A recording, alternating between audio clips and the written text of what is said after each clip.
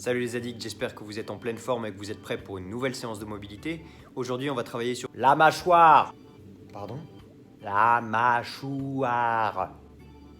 Il y a 2 jours, quand je t'ai demandé de faire d'autres articulations dans tes vidéos, tu m'as répondu bah ça dépend, t'as d'autres articulations toi. La mâchoire. Voilà. L'articulation temporomandibulaire pour être précis. De quoi? C'est pas comme ça qu'on dit? Ah si, mais... Bon, bah voilà, au boulot.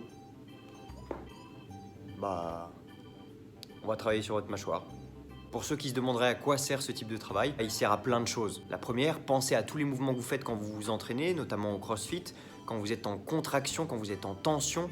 On a souvent tendance à contracter énormément au niveau de la mâchoire pour pas grand chose, donc ça peut créer des tensions dans toute la zone. Et qui dit tension peut dire, à terme, pathologie. Vous pouvez avoir des maux de tête à cause d'un mauvais fonctionnement de la mâchoire, vous pouvez avoir des acouphènes, vous pouvez avoir des problèmes d'oreille interne. C'est pour vous dire à quel point un mauvais fonctionnement de la mâchoire peut créer des problèmes un petit peu partout dans le corps. Et en dehors de ça, n'oubliez pas que c'est quelque chose que vous utilisez beaucoup pendant le confinement. Bah oui, on va pas se mentir, hein, on passe notre temps à manger. Tout ça pour dire que la séance d'aujourd'hui va être consacrée à votre mâchoire et les exercices que vous allez devoir faire sont assez rigolos. Allez, on voit ça ensemble. On commence simple avec un travail d'ouverture et de fermeture de la mâchoire. Donc vous ouvrez le plus grand possible et vous refermez en gardant la tête neutre.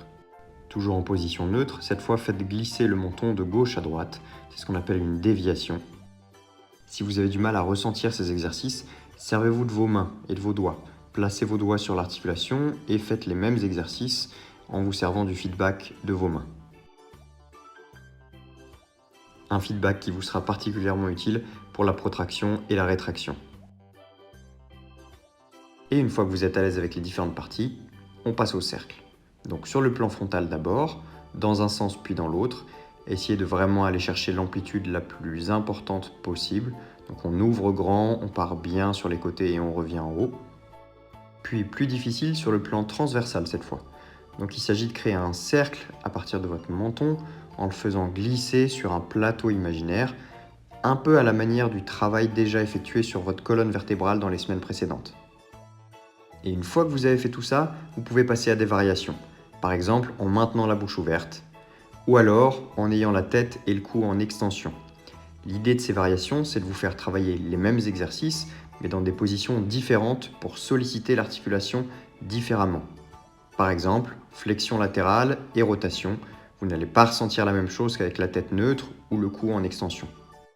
Voilà pour la séance d'aujourd'hui. Cette fois, je crois pouvoir dire sans me tromper qu'on a fait le tour d'à peu près toutes les articulations de votre corps avec toutes les séances de mobilité. C'est important de toutes les travailler. Évidemment, si vous ne les travaillez pas, ou celles que vous ne travaillez pas, en tout cas, vous aurez des problèmes dessus, c'est sûr et certain. Donc mieux vaut prendre quelques minutes par jour pour les travailler plutôt que regretter de ne pas l'avoir fait quand vous serez blessé. Prenez bien soin de vous les addicts, bougez votre mâchoire et on se retrouve dès demain pour une nouvelle séance de mobilité.